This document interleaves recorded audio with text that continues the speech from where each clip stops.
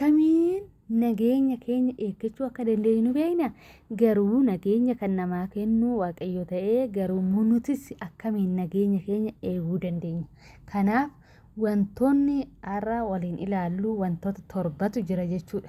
Akkamiin nageenya keenya yeroo kamiyyuu sammuun keenya sammuu tasgabbaawaa ta'e qabaannee akka horannu wantoonni nu taasisan wantoota torban kanarratti xiyyeeffannoo fi kutannoodhaan haa hojjennu jenna jechuudha. Tokkoffaa irratti kan argamu bakka lakkii jechuu qabdutti lakkii jedhi. Namni maallaan jedhette gorgaadii yookiin immoo boolla keessa dhaquudhaan deemin sammuun keetii fi ati waan san dhuguma barbaadda hojjechuudhaaf bakka san deemuu yoo barbaadde nan deema. Yoo deemuu hin barbaanne hin deemu jedhi. Nama gammachiisuudhaaf fiigiin.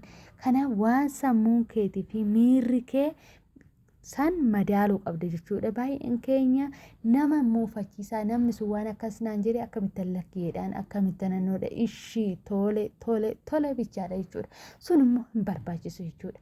Yeroo kamiyyuu tole yoo ta'e hin barbaachisu. Kanaaf sirriitti kana gochuun keenya xiyyeeffannoo fi kutannoo keenya irratti baay'ee barbaachisaadha jechuudha.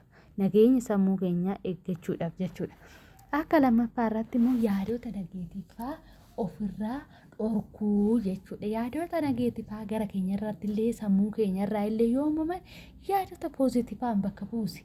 Waan hin barbaachifne irratti yeroo hin fixin yaadota hin barbaachifne irratti yeroo hin fixin kanaaf san irratti hojjechuun baay'ee barbaachisaadha jechuudha.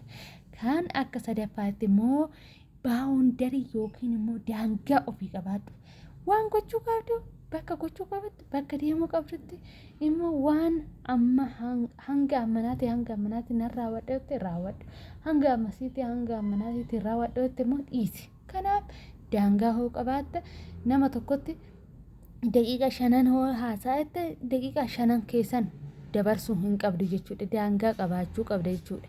Akka afuraffaa irratti immoo kan ilaallu bakka kamiyyuu irrattuu lolli waan garaagaraatillee yoo ka'e ogummaadhaan lola sanillee akkamiinan bakka lolaa sanillee ogummaadhaan akkamiin dhiisuu danda'a. Hiriyootatti bakka hojiitti illee wanti sun hin uumama jechuudha. Akkamiin karaa ogummaa qabeessa ta'ee lola sanillee of harka galchuu akka hin danda'u akkamiin dhiisuu hin danda'a jennee yaaduu qabna jechuudha. Namni tokko amma nuun loleedhaaf nus buuda abidda qabsiisuun nun barbaachisu jechuudha. Waan san obsaan dabarsuun baay'ee barbaachisaadha jechuudha. Akka shanaffaa irratti immoo wanta dursa sammuu kee baay'ee wanti iddoo barbaachisaa ta'e dursa kennuu qabda jechuudha. Waan sammuun keessi ajaju jechuun sammuu bichaa osoo hin taane miirri laphee keetii kan itti gammadu wanta san raawwadhu bakka san godhi jechuu qabna jechuudha. Waan gochuu qabnu amma sammuun keenya tokko bashannana barbaada tokko immoo akka ati borutti guddattee nama gaarii taatu si barbaachisa jechuudha. Lapheen kee nama qabaataa akka taatu si barbaachisa jechuudha. Kanaaf boruu keetii waan sii ta'u saniif bakka sanitti mul'ata qabaadhu jechuudha. Kan biraa akka jaaffaa irratti immoo wanta to'achuu hin dandeenye irratti yeroo kee hin fixin waan to'achuu dandeessu irratti sammuu keetii irratti illee immoo qaama biraati irratti illee sirriitti xiyyeeffannoo kutannoon hojjechuun akka nurra eegamu jechuudha. Torbaffaa fi isa dhumaa irratti immoo wanta kamiyyuu yeroo raawwannu wanti tokko adeemsa jechuudha. Dursi adeemsa irraa ka'a jechuudha.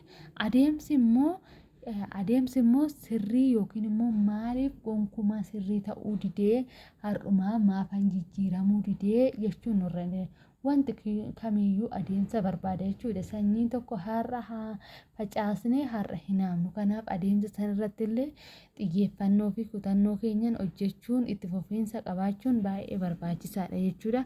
Kanaaf wantoota kana yoo raawwanne akka nageenya sammuu keenyatti illee argannu nu taasisa jechuudha.